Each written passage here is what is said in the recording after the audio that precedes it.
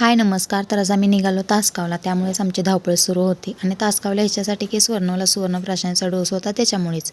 आणि हा डोस म्हणजे प्रत्येक महिन्याच्या प्रत्येक गुरुवारी असतो, त्यामुळे आम्हाला प्रत्येक महिन्याला तासगावला जावंच लागतं. विट्यात पण असेल, पण विट्यातलं मला एवढं काही माहिती नाही, त्यामुळे हा डोस मी त्याला तासगावमध्येच देते. आणि म्हणजे हा डोस ना मुलांच्या बौद्धिक क्षमतेसाठी खरंच खूप चांगला आहे. आणि या डोसबद्दल कोणाला काय माहिती पाहिजे असेल तर मला नक्की कमेंट करा. मग डोस देऊन झाला, पण त्याचा काही व्हिडिओ शूट करायचा झाला नाही, कारण तो रडत होता त्याच्यामुळे. आणि पावसाळा का उन्हाळा काय समजतच नाही, त्यामुळे इतकी गरमी होती ना बापरे. मग आम्ही तो कोल्ड कॉफी आणि ॲपल ज्यूस मागवला. तर स्वर्णला इतका म्हणजे चिक्कूचा ज्यूस आवडतो ना प्रचंड, पण ते बोलले की मार्केटमध्ये कुठे चिक्कूच नाहीत भेटत, त्यामुळे तुम्हाला चिक्कू ज्यूस कुठंच नाही भेटणार. म्हटलं ठीक आहे राहू दे. मग आम्ही ॲपल ज्यूस घेतला त्याच्यासाठी, पण त्याला काय आवडला नाही, म्हणजे एवढा काय खास पण नव्हता. आणि त्या दोघांची कशी मस्ती चालू आहे बघा. आणि स्वर्णचे बाबा एवढा काय विचार करतो ते काय माहिती. वरून मला म्हणतात तुम्हाला काय व्हिडिओमध्ये घेतच नाहीस. म्हटलं आता थांबा, पूर्ण व्हिडिओमध्ये म्हटलं तुम्हालाच घेतलेलं आहे.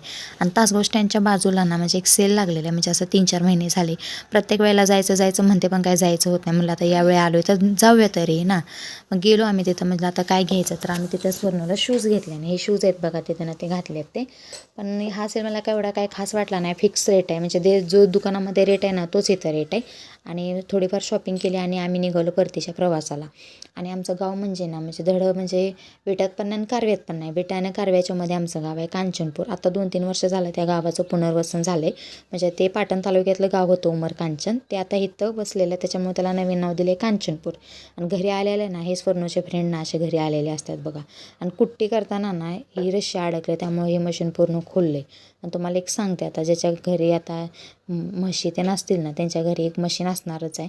जेव्हा कुट्टे करत असताना त्या व्यवस्थित कुट्टे करत जावं, नाही तर असं त्यात काय अडकलं ना चुकून हे पूर्ण मशीन खोलायला लागते. आणि ह्याचा लय ताप आहे बाबा.